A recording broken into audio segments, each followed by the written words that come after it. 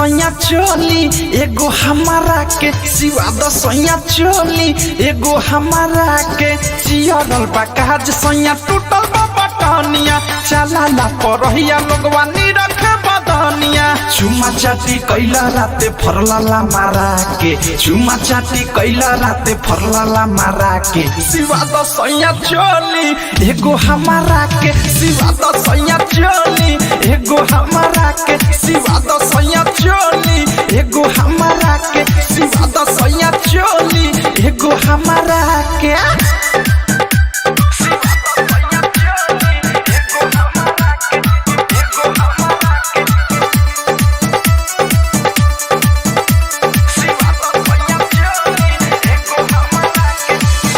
लावा कपड़ा तू किन एगो राजा रंगीन अब जाके दरजिया के दे दी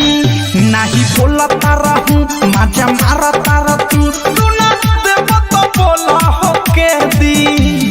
नासा में नासा तारा रोजे कमरा के नासा में नासा तारा रोजे कमरा के सिवा द सैया चोली एगो हमारा के सिवा द सैया चोली एगो हमारा के सिवा द सैया चोली एगो हमारा के सिवा द सैया चोली एगो हमारा के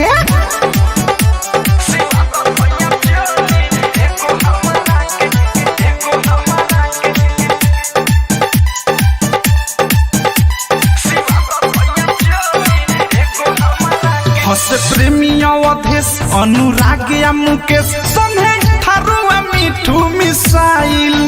नाही कर तारा खुश सुता बारा मखी चूस चोली आज ले एको नसियाइल